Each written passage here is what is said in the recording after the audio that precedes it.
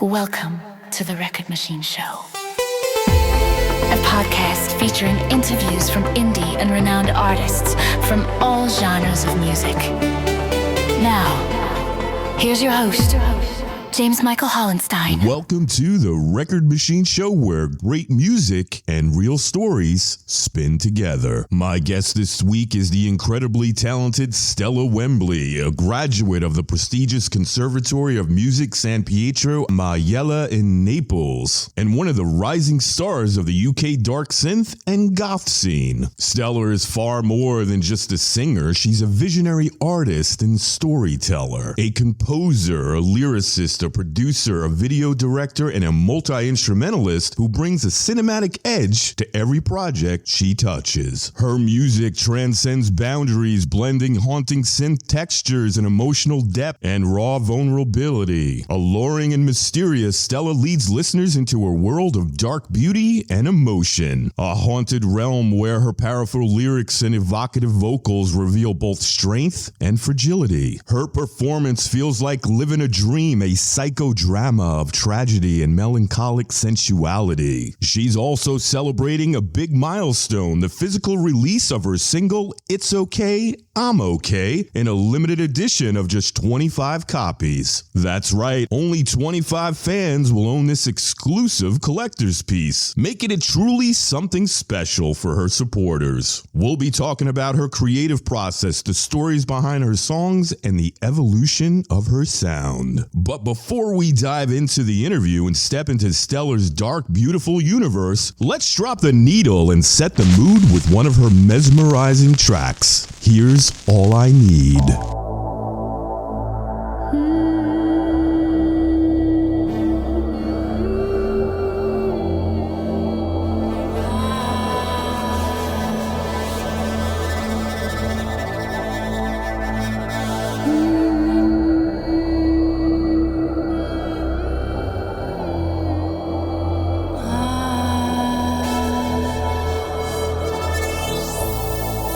Would you like to see my broken face with my broken dreams? Would you like to see all my tears on the glass? I'm still waiting here in the dark, waiting for the day, waiting for the day. All my pain will fade away. All that I need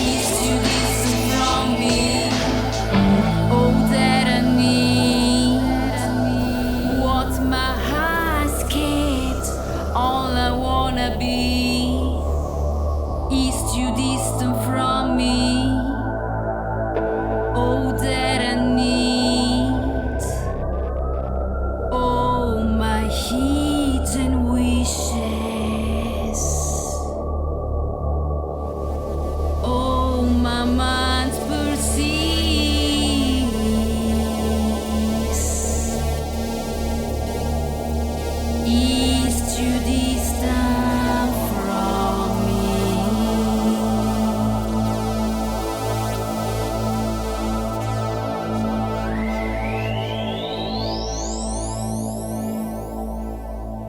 That was All I Need from Stella Wembley, and I'm thrilled to have her on the line for a chat. So let's start with the big news. You've released a limited edition physical CD of your single, It's Okay, I'm Okay. What inspired you to bring this release to life in a physical form, especially in today's digital world? So first of all, the release in physical copy, It's Okay, I'm Okay, was completely done by myself. So I have produced the music, I have rearranged the song, and it is a cover, an original song by Tate McRae, who is a Canadian pop singer.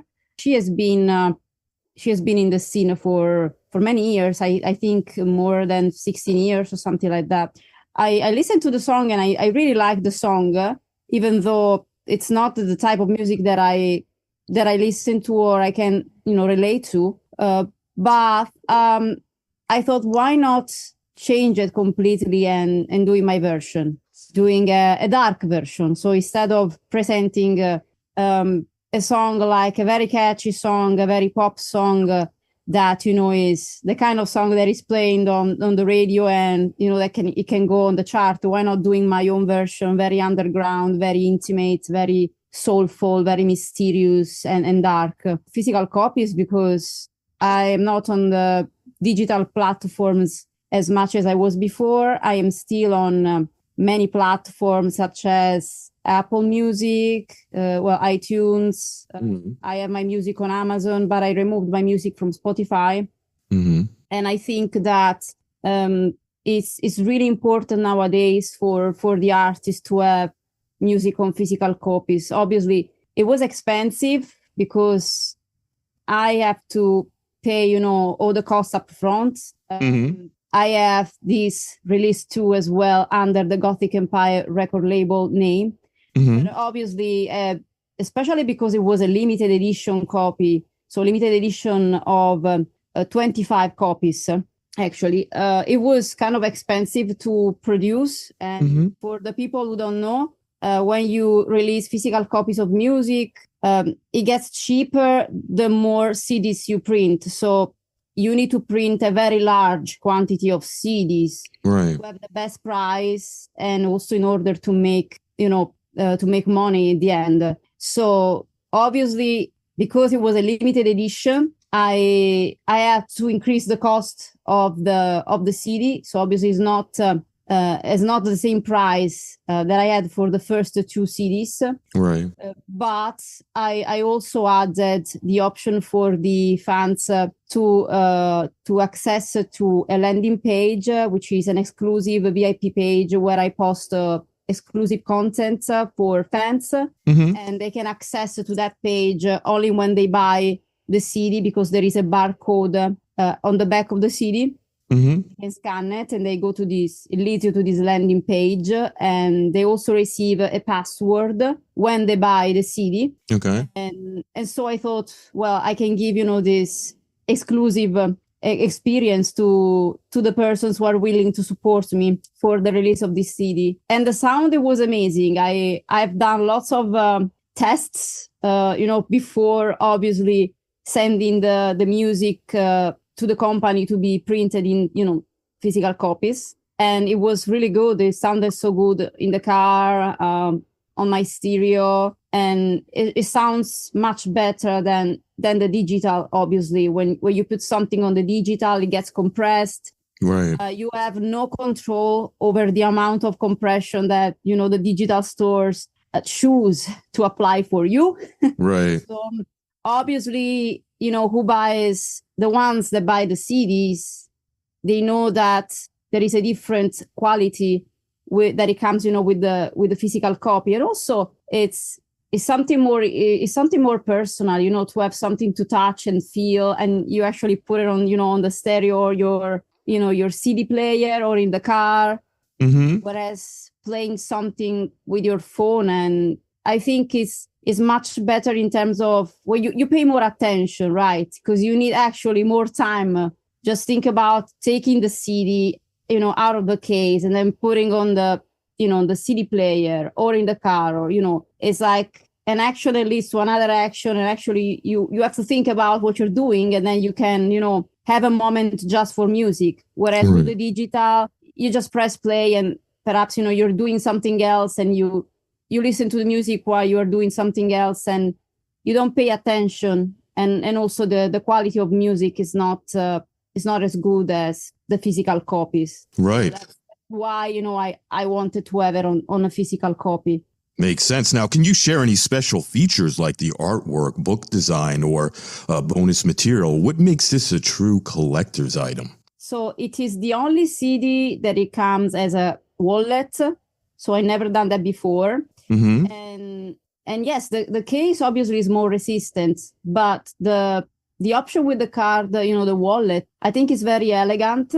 And also it's not matte, it's glossy. So it's really good when I sign it. Nice. All the time that I send a CD, I always sign it. Mm-hmm. It looks amazing, when I sign it over the top.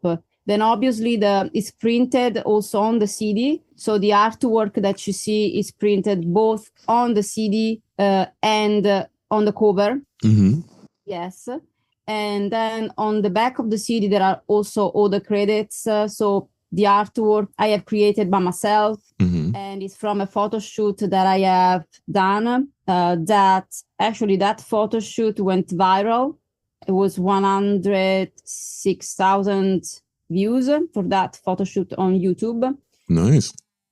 Yeah, and I took one of the main pictures, and I decided to have that as artwork. And as I said, included in the VIP bundle, that includes the CD, so the physical copy of music, signed, plus the exclusive access to the VIP landing page with a password, where you get exclusive photo shoots that I don't share online, that are printable, high-quality photo shoots, so fans can print them, have them as a poster if they like. Mm-hmm. Then there are early releases for videos. So I always post earlier for fans the videos and the releases on that page before they go public. Then there is also a discount of 50% off on all merchandise with a code they get only when they go on this page. So on the top of that, they also get another discount. And also there are 2 art cards as well included in the bundle. There are the main artwork of the CD. One is laminated glossy, and the other one is matte. So they get a lot of value, with this VIP bundle. Nice. And with this, I wanted to give an experience really to the fan. So not just a CD, right? Package. Very cool. Gothic Culture magazine gave you an excellent review. I even had a chance to review your music myself. How does it feel to see your work embraced and celebrated within the goth and dark wave community? That was fantastic to see the reviews, because actually there were 2. Obviously, your review, I loved the fact, how you interpreted the song and how you understood, my vision. Mm-hmm. Especially for the video. And I don't think that people go that deep, and they are very introspective. I don't want to say that most of the people, but with TikTok and all of these things, nowadays everyone is very distracted. So it was great to see your review, and the fact that you understood there was more, behind, the fact, that I was dressing up, obviously, Gothic and with very sexy lingerie. Mm-hmm. So obviously, yes, it is a very sexy and daring, I would say, and bold video that I've never done something like that before. Right. But there was a purpose behind. With the Gothic magazine, actually, I have here 2 copies. So they reviewed my music in edition of the Gothic Culture magazine. I think this is from May and it's not June. This was the first review. And so obviously see how beautiful is the cover. Nice. So they have, for covers, they have models, and then they review artists as well. They review music, always from the Gothic culture scene. So the first review was by Sergio Manghina. Mm-hmm. And it says the new face of British goth, and that was actually a really good review. And I think it was about my release.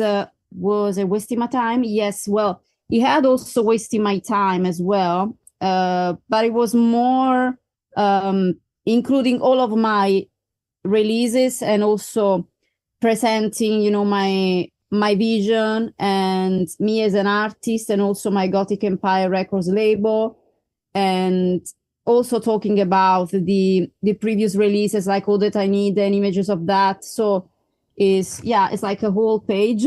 Very nice. So it's great. I would say to the listeners to buy a copy. I think they still have copies available. This is like issue number 45, June. Mm-hmm. It was really good to see this review, really. And also there was the last review, which was regarding It's Okay, I'm Okay.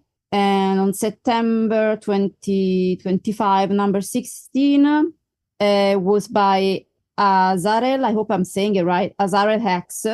Mm-hmm. So in this one was, as I said, about It's Okay, I'm Okay.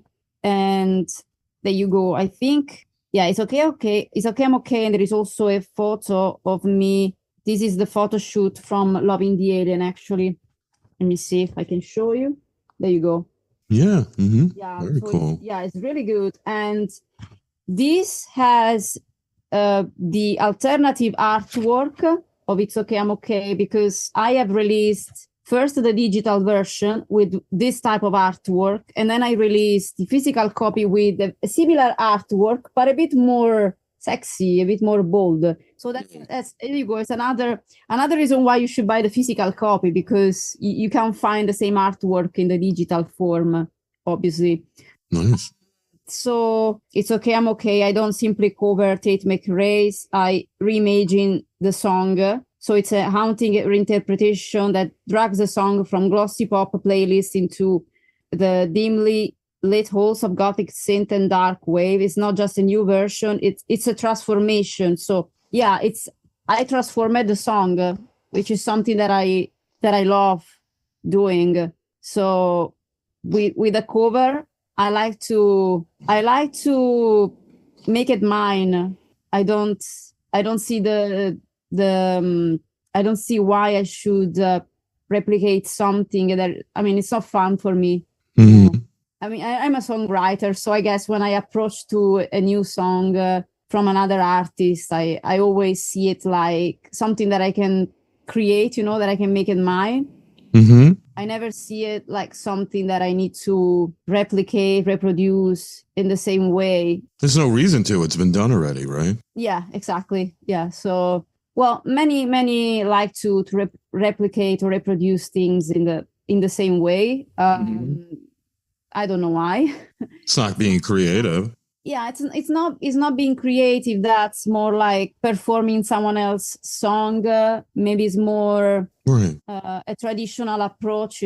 Maybe people like to hear the same version over and over again. But obviously, I have my own style. I have my own vision. Mm-hmm. So I approach to the songs that I listen to with that type of vision, with that type of style. Mm-hmm. Yeah, that makes total sense. The Gothic and dark wave aesthetic has always been central to your music and image. What draws you to that world of creativity, and how do you keep your sound and visual so uniquely your own? I believe that, well, everything comes from the lyrics, really. Everything comes from what I have to say. So while I was drawn to the dark wave and the Gothic scene, I think because darkness doesn't scare me and it fascinates me, and I think we can learn from it. Like if we understand our dark side. For instance, when I write songs, and I don't even think about when I'm writing a song, right? I write lyrics, and lots of dark things, lots of a lot of things from the unconscious, they just come out. So it's a part that I don't know, but it's there. And it's good to let it out and transmute it in something beautiful, that is art. And obviously there are songs that are a few songs, not many, but there are songs that are maybe happier, but still there is some darkness and some sadness, I would say, in those songs. And I relate to that word, I think it's very fascinating. It's like it's like a journey into the underworld. I don't know if you are familiar with the Egyptian mythology, but they believed that like there was a journey that you can take through the underworld. It was like a real journey. And then obviously in the underworld there are lots of scary things. You don't know what's going to happen. But I believe that at the end of the journey, because of all of your experiences and because of understanding what darkness is, then figure out also who you are and then integrate the darkness. And so you can balance that. So you achieve a good balance in your life. But if we push away what is dark and if we refuse to see our darkness, I think there is no growth. So maybe that's what pushed me into that direction. And I don't know, I feel that it's more interesting, the night has always fascinated me more. And even though I try to be a morning person, but I'm not a morning person. Okay. But I try my best, but I'm always very active during the night. So I think that everything that is connected to darkness, and it could be, music, could be fashion, it could be movies. It fascinates me. Yeah, I think it's just the way I am. It's something inside me that it tells me, write that, and I write it. And have you always written that way from early on up till now? Yeah. I always written. Well, I used to write dark poetry when I was 10. Pretty dark. I mean, I was writing about the end of the world, sort of dark prophecies, and I don't know where they were coming from. Perhaps I always been very empathetic. I could perceive more and I could feel more than other children. What was going on in the world and what I feared that it was going to happen.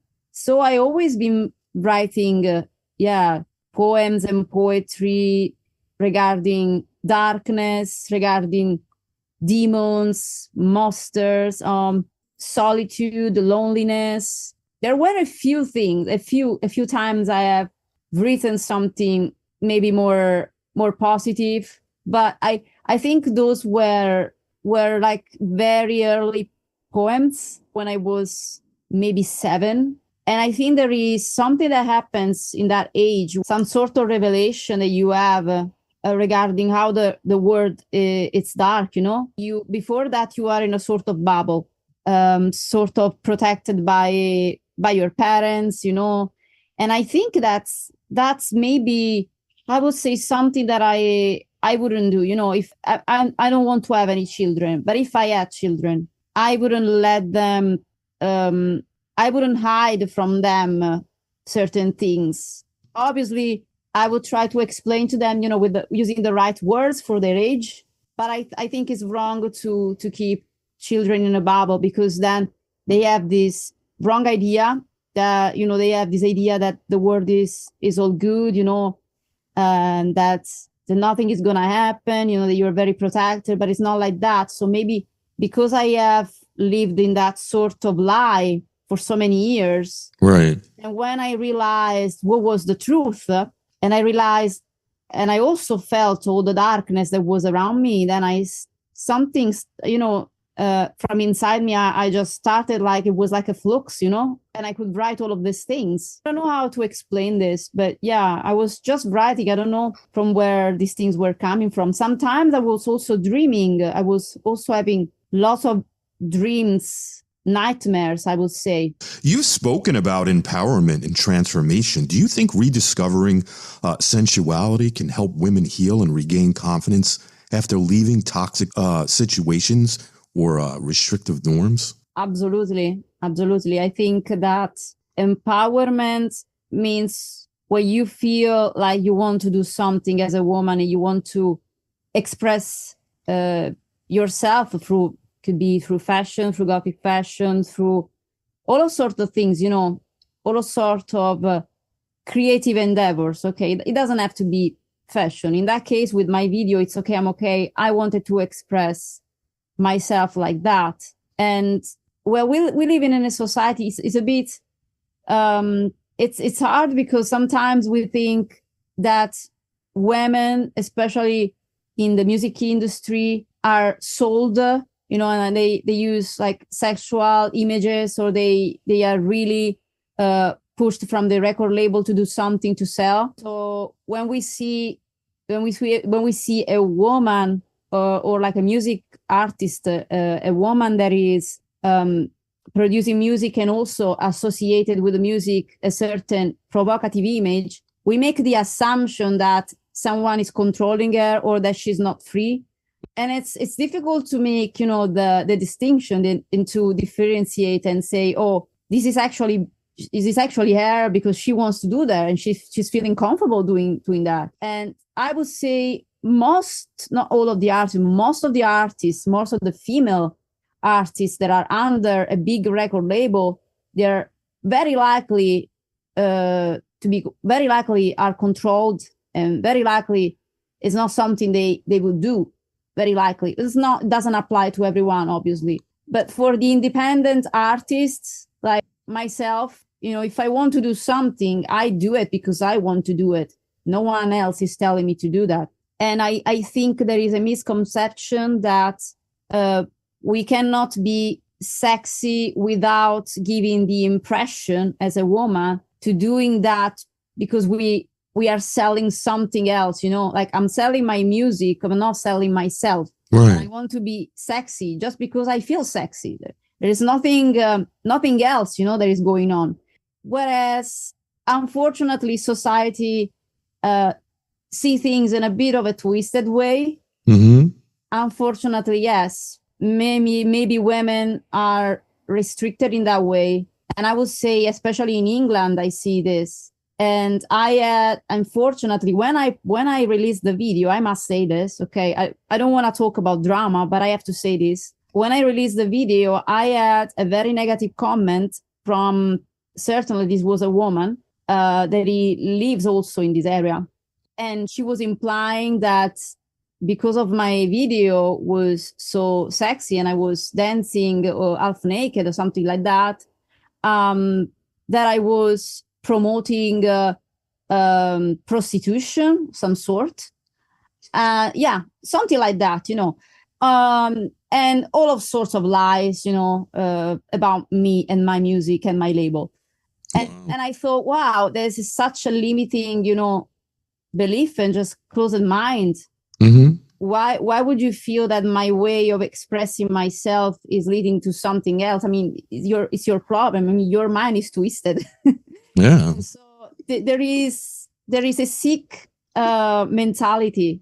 This is a sick society when we live in, where we can't express ourselves without being judged, without being accused of something else. So I would encourage, obviously every woman has a different comfort zone. I would encourage every woman to express herself, in any way, and do not feel limited because of society, because of the fear of what others might think. And obviously there are prejudices, and obviously there are, our background and all the way, how we have how we grew up, what we have been taught by our parents. Right. So all of sorts of things, you know, and I think I finally let go of that. So if I feel comfortable doing something, I'm not going to judge myself. And if someone is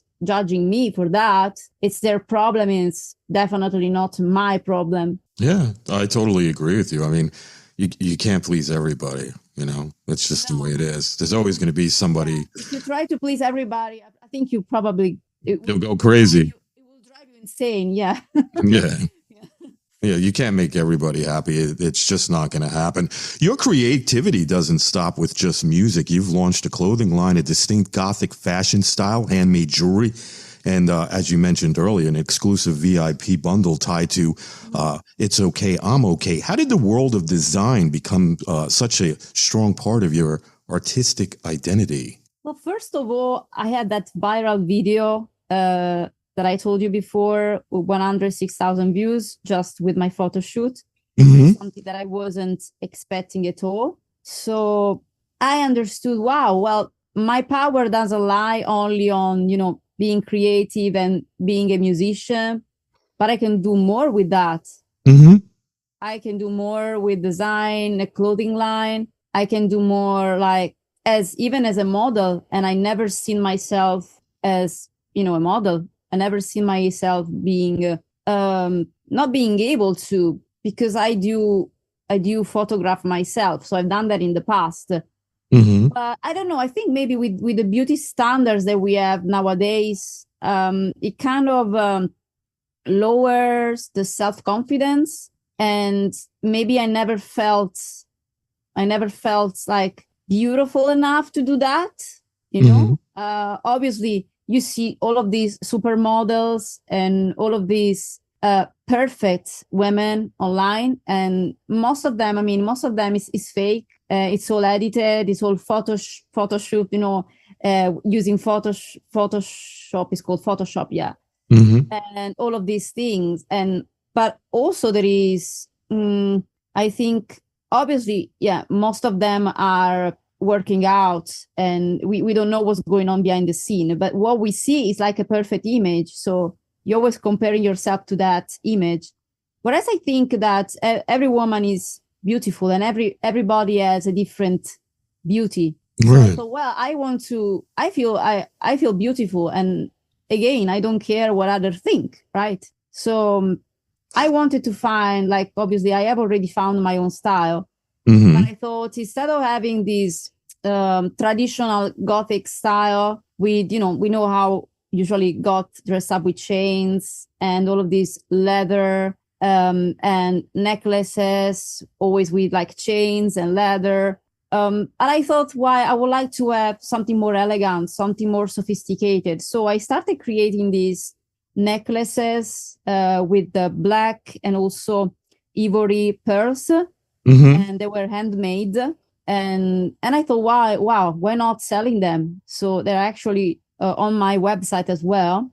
And I also thought these could be nice to have these like in organza bags, so they can be given to a friend, or they can be, you know, a perfect gift for a lover for this type of occasion. And I also enjoy crafting things, so I made my own jewelry box, Nice. Gothic style, with the roses, black roses on the top, my logo in silver printed in the center. And also that is on sale on my website. Is a unique piece. It took several hours to create that, and it also has a nice like ribbon. So every single item that I create, like necklaces, they always have ribbons with my tag. So there is like a sticker with my logo on a black tag.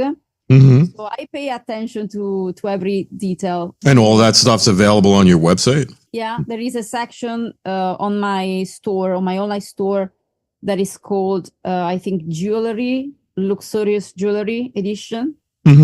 And yeah, everything is there. Obviously, there are categories. People can choose from these categories, like CDs, T-shirts. I have also T-shirts available with my artwork for It's Okay, I'm Okay. And also that is a limited edition and with the original artwork. And also there are also bags that I have that are, I think, perfect for women, but also for men, you know, if you want to have like a really cool bag with my artwork of It's Okay, I'm Okay. And there are also small backpack closing up with a string. They are really, really useful, especially if you live in England, because they are water resistant, so you can use them while it's raining. Okay. Yeah, so they are great, and they have my logo in red printed. Nice. I think that's pretty much it for this new clothing line and jewelry. Yeah, I believe so. Sounds pretty exciting. Beyond music, you've done modeling and now teach vocal performance. How have these experiences shaped your artistry and stage presence? Yeah, so you mentioned that I am teaching singing. So yeah, that's correct. I am now a singing tutor, and I teach singing one-on-one. So I do private lessons, and I also teach in schools. Oh, nice. Yeah, and it's funny because I never thought that I could teach. Like I never thought that I could be a teacher. Never. And I always seen myself as a performer. But then I thought, you know, that it always connected to the limiting belief, you know, that I had on myself. No, I am just a performer. You know, I cannot teach. I mean, I can sing well, and I've learned how to sing, and I have a degree in opera singing, etc., etc. But I cannot teach. I don't know how to teach. You know, I don't know how to explain what I do. That was my limitation. But then I said to myself, I never tried. I mean, why not trying? I mean, I have a degree, and I could teach. I could apply for a job and I could teach. And I also thought, well, there are not many Italian teachers in England. And the way that I have studied, I don't want to say that it's better necessarily, but Italian language, is much better for singing in a way that it teaches you how to pronounce well the vowels and the consonants, whereas English doesn't have that type of pronunciation, and so the articulation is not as good as in Italian. It's a bit of difficult. It's difficult to explain, okay, but it's like when in Italian we have stronger consonants than English, and we have also different, obviously, pronunciation that the English language, and this helps a lot when you sing it to have a louder sound, and also to have the more, I would say, correct position of the mouth. And so the way that I have studied, and I was lucky to study with a fantastic teacher. I studied with a great teacher. I had different teachers, but the last one was the best one. And so I thought, actually, this could be my advantage, you know, to teach here. And I was right. You know, I was right. When I did the interview, and obviously I sent my CVs for many months, you know, it wasn't just like that. You know, I wasn't like send the CD and then you get a job. No, I applied for several months, and finally, I think after 6 months applying, I got an interview. Actually, I had 3 interviews, but the second one that I have done, it wasn't really for me in terms of salary. So that's why I didn't go for that. But the first one that I have done, everything seems nice. So the environment was nice, and I had a really good feeling. But after the interview, after the audition, I didn't think that I went well. And it's something that I never think that I do something. I always think that I can do better, right?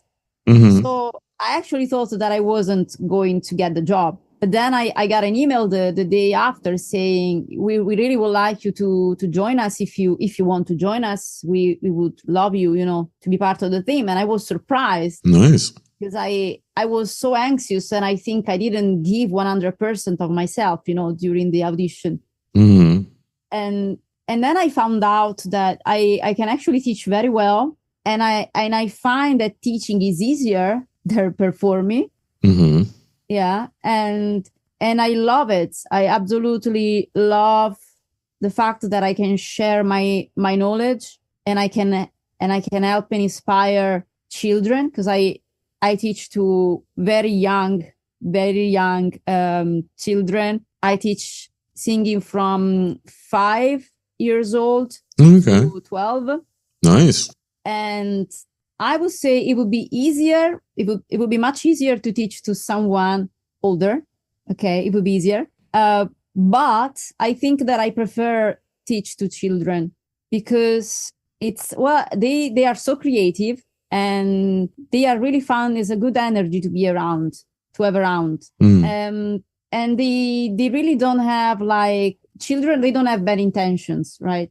So it's really good. It's a good energy. And I prefer that, comparing, seeing the difference between this environment and the live music scene. I can feel how the energy is lighter, being around children, compared to being like in a live, on the live gig. Whereas I feel that environment it tends to be toxic. Yeah. And so I feel that that's maybe suits me better at the moment. Yeah. So it's definitely a really good experience. And I also found myself just in challenging situations where I have to take courage and speak up, right, because there are situations in schools that I absolutely didn't like how the school system works, and some children are neglected, and the schools, and I don't want to point the finger, obviously, because I don't know who is doing what. Okay, I don't want to point the finger, but I'm just saying the schools in general, they don't have enough funding for music. So a few schools might have lots of, like keyboards, and they have like a room just for the music, which is great. But many other schools, they don't. So I would say that it's important for children to learn at such a young age about music, and having, all the tools that they need to be right, able to express their creativity. So in that way, I hope that, I think I'm making a difference, and recently we had a concert with all the children, and I prepared over, I think, 20 children from different schools, and it was a lot of work. And it was great to see that performance, and they, all together singing together, even from different schools, different backgrounds. And it's when, difference, they don't really matter anymore. So there is no division.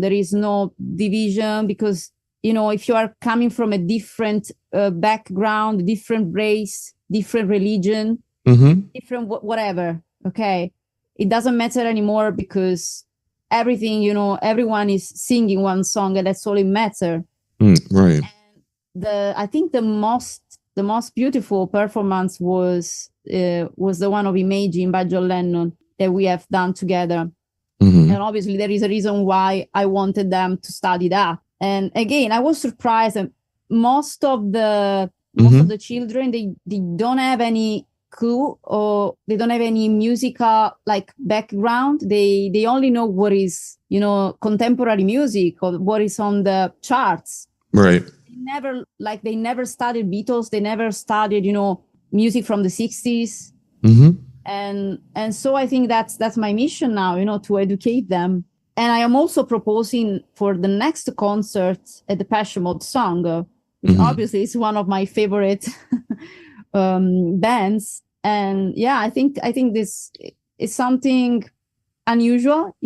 I never expected that I could be a good teacher, but I think I am, also for the good feedback. So yeah, that's another experience, and another thing that is part of my my life now. And it's always good to have something to fall back on too when you're taking a break from writing and recording your own stuff. Where I'm not taking a break from recording. Actually, I'm doing that too. Right. But if you wanted to, you have the singing, the teaching to fall back on. Looking ahead, what can the fans expect from Stella Wembley? You've mentioned having around 14 demos in progress for a new album. What themes or sounds are you starting to emerge as you build this record? Yes. So there is one song I'm working on, and I have already recorded everything. I am in the process of the fun process, I call it, fun process of selecting the best parts, which is called comping. Comping is when you are putting together the best vocal or the best, guitar parts. In my case, I have already done the music, so it's just about vocals. This song, which I've recently shared the trailer, is called "God Show Me the Way." And first of all, I want to clarify: it's not a song about Christianity, or it's not a song that is promoting religion in any way. Okay, because many people would make that assumption, but it's not. It's my relationship with God. And when I say God, I mean an energy force that has created everything. So it could be, your God, you can interpret as you like, the God, I don't know, God in Christianity or God in another religion, it has different interpretations. So I don't want people to think that I am referencing to religion. It's not about religion. It's about my relationship with spirituality and how I feel connected with it while I am also creating. So it's also actually about creating music, and that is going to be out soon. I don't know the date yet, but definitely out soon. And the other songs are also about spirituality, but I would say it's going to be an album regarding having different topics that are all related to Egyptian mythology, demonology, and always there is a theme of darkness and light. So there will be songs where I share my experience, my personal experience, but there will be also most of the songs that are influenced by demonology and themes of witchcraft or sort of these legends and mythology. Not recently, but I think it was last year, I made this video regarding demons and how we can discover and find out who is a real demon. And it was more an abstract concept. Okay, it was an abstract concept connected to narcissistic and toxic behavior. But in a way, it was also regarding demons, and that went viral as well. And it wasn't meant to. I didn't mean to have a viral video with that as well. I created a video, then it went viral, and I thought, why not putting together the two things? So having my music, but also with this concept inside the music, and I think that would work well. There is also a song called "Demon Lover," and obviously a song about a toxic relationship, but it's a sort of fantasy that I had this dream, about this demonic lover, and then I wrote a song, and it's very romantic. It's not nothing like I would say there is a bit of melancholy. It's definitely a bit sad, but it's a very romantic song. So that's another song that I will have definitely in the album. Then there is a song titled "I Love Aikio." So yes, lots of demos, and I think I will probably release this album by myself, because I thought that I was going to release it with a producer. Then he said that it was going to be too busy, so he said, "I'm right now I can't I can't commit to this project. Mm-hmm. And I think that I will just go with the flow and I will produce it by myself. Obviously, it's going to be a lot of work, but I think that I will try to make things easier for me, meaning that even if a song is not mixed perfectly or mastered perfectly, even if it doesn't have all the things that I want, I will still release it, you know? I think I need to be kinder. I need to be kinder to myself because I am already doing a lot. So making things easier for me, I think it would work at the end. And perhaps I will have the help of a producer or other musicians one day, maybe producing, you know, an album that is going to be more produced, right? So having a less produced album, I think, is going to be the way. If not, you know, I could have like acoustic releases. They also work very well. And actually, I will have an acoustic version of this song released next week on YouTube before the real, you know, the actual version, produced version comes out of God Show Me the Way, which will be out as a single. Then I will do an album, and hopefully releasing also physical copies of music. But I would encourage everyone to buy the music, you know, even buy merchandise, buy the CDs in advance. And don't wait last minute, because for an artist, it's important to receive support as soon as we, you know, release an album, because we have already invested money for the production of the album. Exactly. And so, yeah, buy it as soon as it is out, you know, buy the music right now. Don't wait months. Yeah. So that's another thing, you know, that I would encourage everyone to do that. For the fans who want to stay connected, where can they find you online or follow you for latest updates? First of all, I am on Bandcamp, okay, with my music. So I will release all the music there from now on. I won't release my music on Spotify. So please don't go Spotify, because I'm not there anymore. I deleted my profile, okay? You can find also my music on Apple Music, Shazam, iTunes, Amazon. More importantly, I have all my music, digital releases, video, and all the merchandise on stellawembley.com, which is my official website. So everything is there, and you can even find biography, you can find the reviews, you can find photo gallery. And I would encourage everyone to sign up to the newsletter, which is totally free, so you can get notified when I obviously release something new.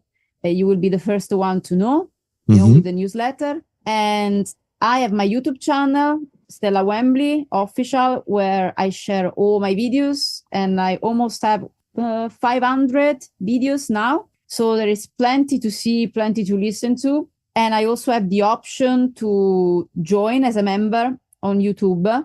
So if people want to help me and just share, you know, I'm sharing a lot, obviously, but I share exclusive content with the members on the channel. So if people want to access to that content that is shared only for members, they can join, just clicking the join button, and there are 2 levels. They can choose between these 2.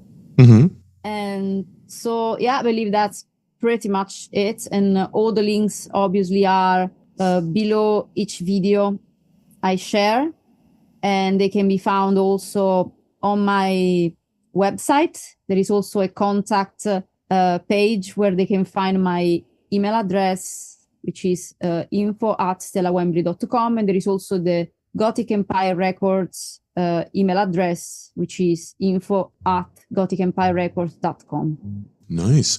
Before we wrap up, is there anything we didn't touch on that you'd like to share with the listeners? I would say to all the artists that are listening, all the musicians, to never give up, because this is a very difficult business. And we cannot control. There are things that we can't control, right? But there is one thing that we can control, and is the way we react to things. So we can either, feeling depressed, sad, and choose to give up, or we can choose to fight for what we believe in. So that's what I would say to everyone, even people that are not into music or into art, to believe in yourself and respect yourself, love yourself first, and then do not really limit yourself. Do not, try something new, because maybe you don't think that you can do something until you actually do it. Then right, you can find out that you actually have even more talents. Definitely. That's my advice. Yeah.